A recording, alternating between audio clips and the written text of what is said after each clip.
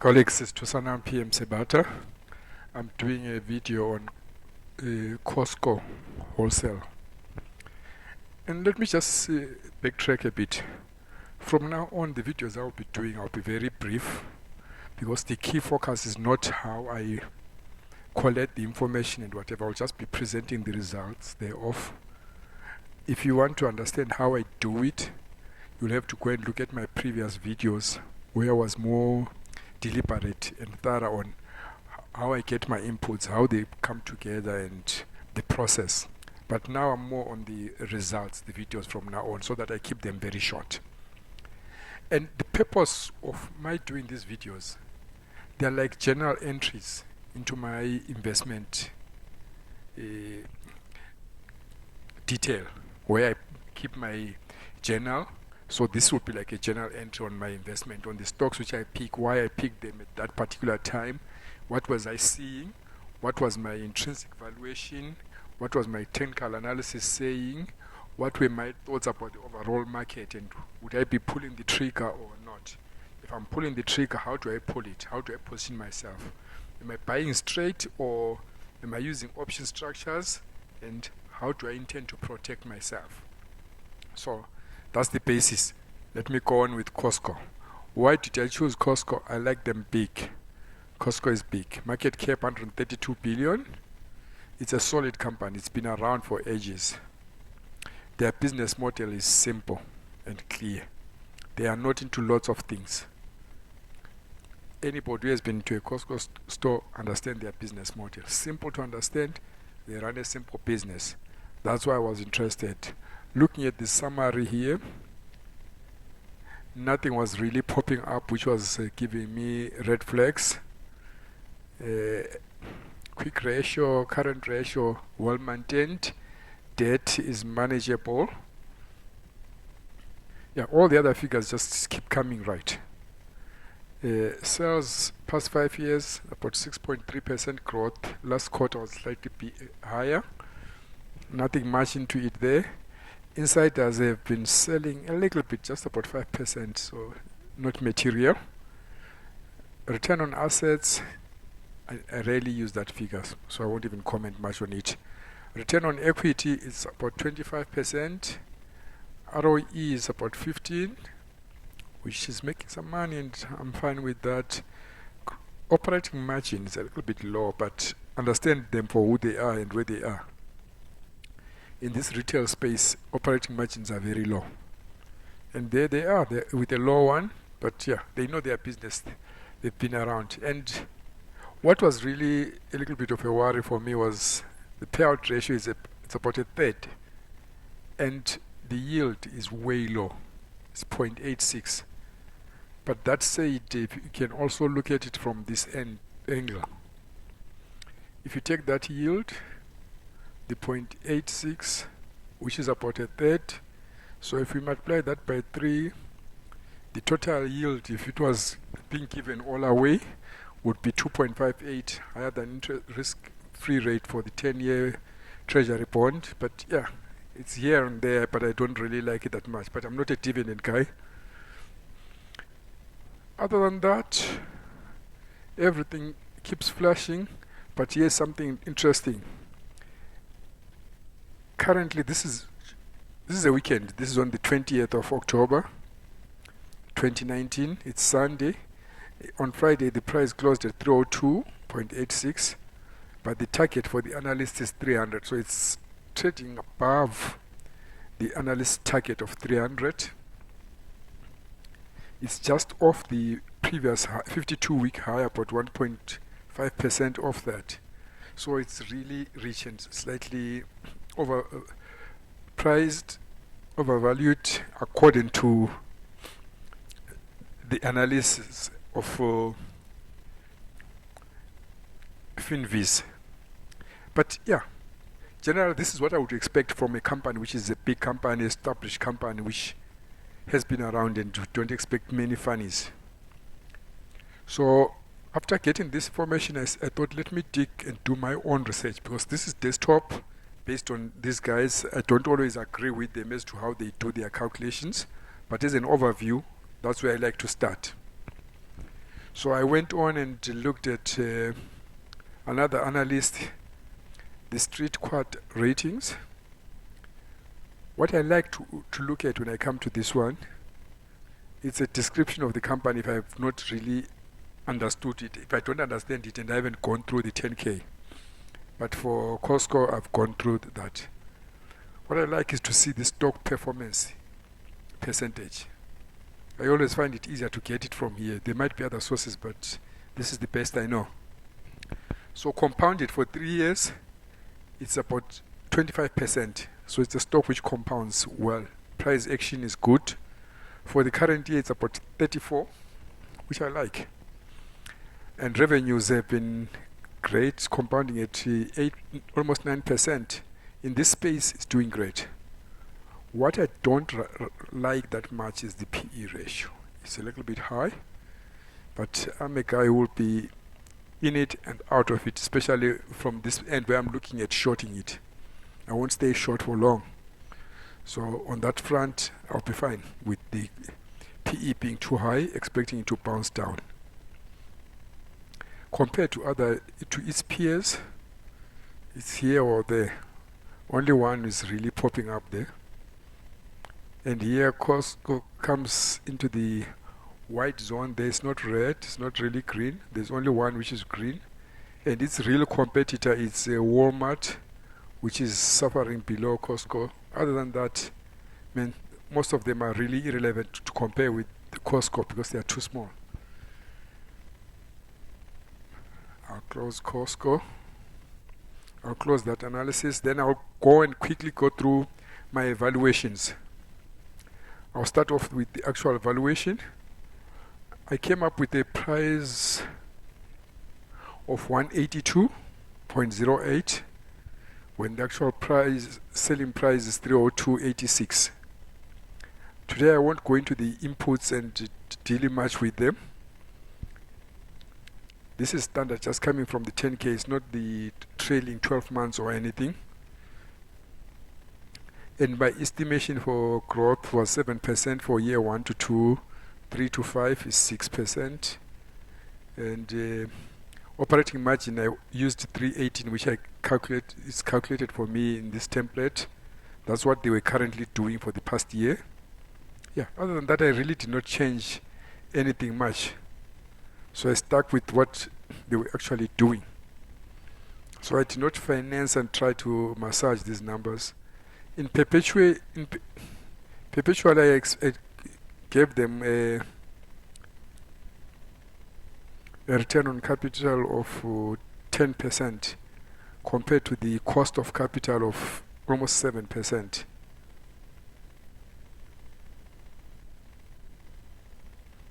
It's slowing down.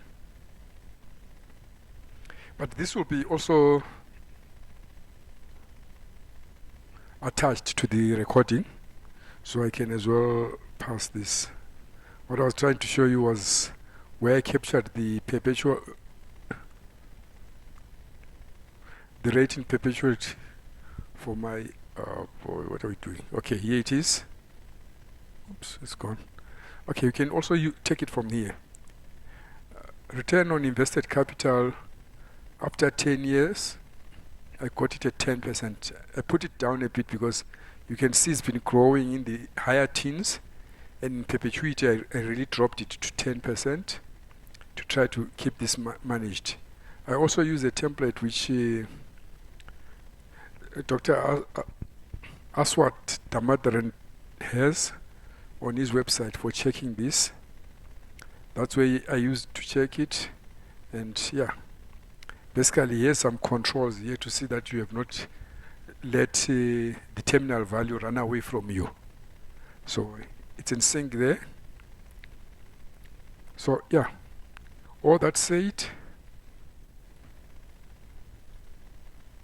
also on beta, I used my own the beta straight away from FinViz. I tried to do the bottom up one, and I realized that I messed up somewhere. Where I messed up was these guys, when they give their breakdown of what it is. I made a mess. They said soft lines, and I thought that was referring to their beverages. But when I came to read the 10K again, I realized it's not. So this bottom-up beta was messed up when I couldn't understand their classification of their parts, and they were not matching that nicely. So I thought, I'll be way off here. So I just went with the regression beta. So in essence, what I got was, also on the risk premium, I went with Canada, US, that's all they gave me in the breakdown in the rest of the world. I got an equity risk premium of 5.77. There it is there. And using that, with converting debt to market values and converting equity to market values, I got a cost of equity. Oh no, my spreadsheet is playing slow games with me. Just bear with me as I scroll there. Okay. My cost of equity is 7.1. And if you look at Finviz, return on equity is about 26, which is great. I also did my own cost of return on equity and return on investment. I'll touch on that. And my debt, cost of debt is just under 2%. When you use the weighted average cost of capital for the two, I come up with 6.63, which is matching nicely there. So they are making some money. I'm happy with that. And yeah, other than that, I'll just go to the summary of my results of the valuation, which is 182.08. I'll also use this figure to show it when I'm looking at the technicals. The other thing which I do is, because for me, key thing is to understand what's the value of, intrinsic value of a stock before I participate. Understand the return on equity and return on investment so that I understand whether this is a company which is good capital allocators or not. So doing my own calculations,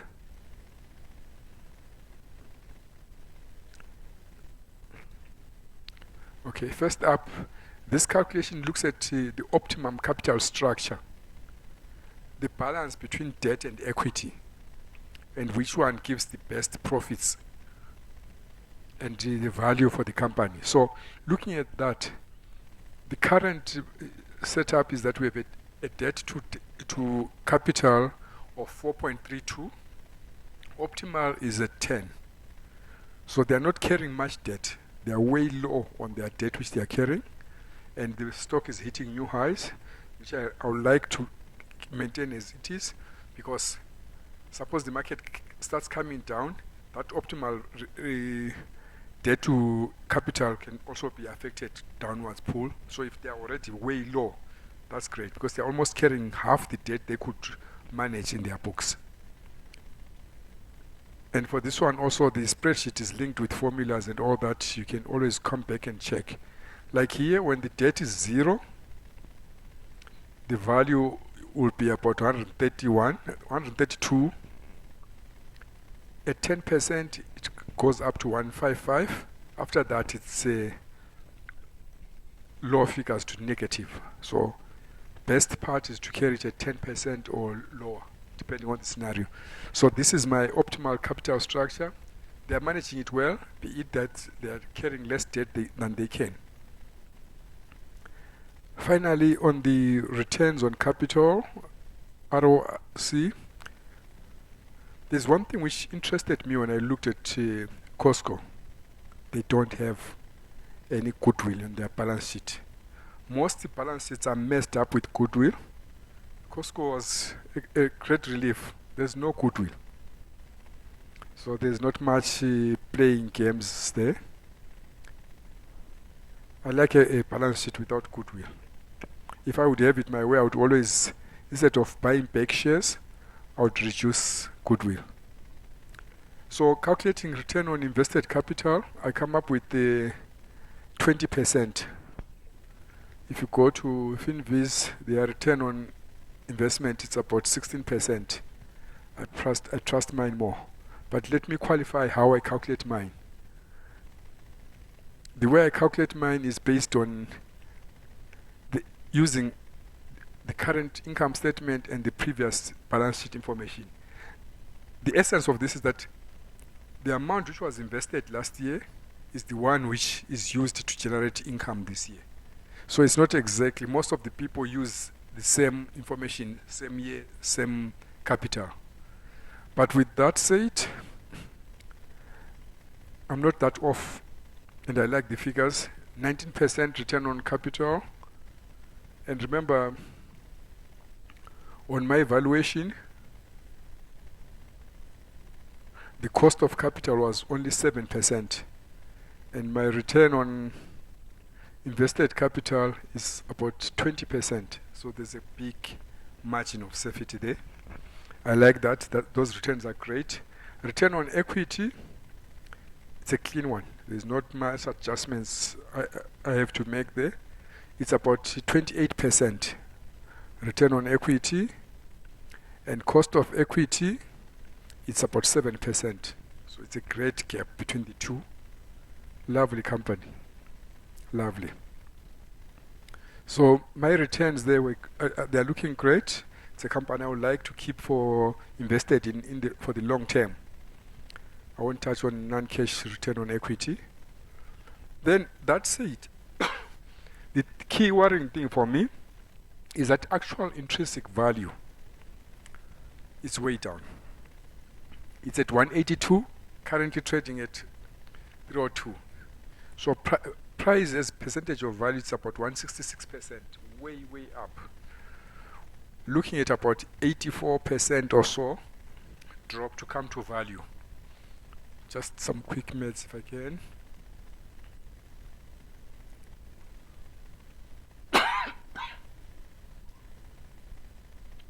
It would have to lose value about 120 to come to intrinsic value, according to me, according to my calculations. So that would be a drop of about 40% drop. That will be substantial, and I think it's way overpriced currently. It has to drop to value. I've done a similar exercise on Procter & Gamble PG, and I find it to be in the same zone, suffering from the same yields, and I expect it also to drop that much. But that's another one. I haven't done the video for it, but I already did the calculations. So going to the technical part, this is my weekly chart, and I put in green there bold the 182.08 where the intrinsic value is at, and we are trading up there. So this is the gap which I expect to drop to come to value. If you notice value, I'm finding it at prices which we last had around April 2018. Also, we had them at around mid 2017. That's where I'm seeing value, not there. So how do I play this one? There's also a divergence there. If you see RSI has been not confirming these new highs which the price has been doing. This is a major sell divergence. So my take, the technicals and the intrinsic value are both saying this is way overpriced. It's time to short it. How I would play the positioning of this one, I would definitely use a put-back spread.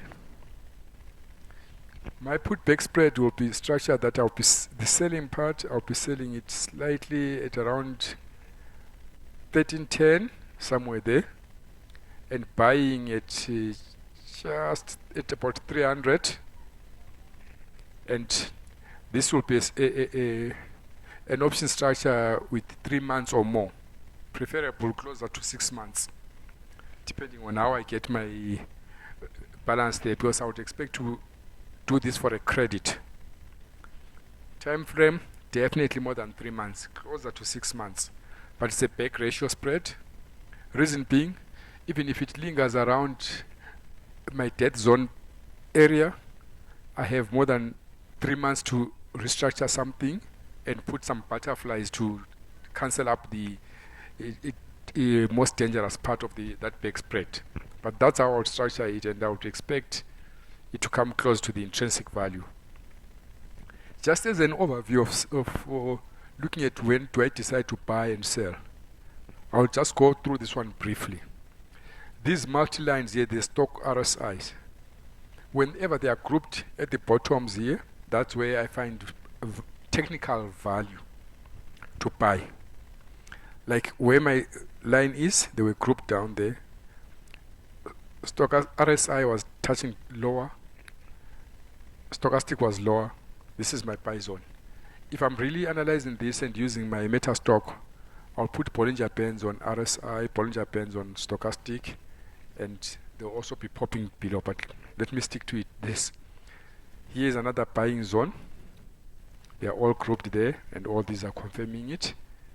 Same here, all confirming it, slightly not touching, but this is my point. Next buying zone will be there.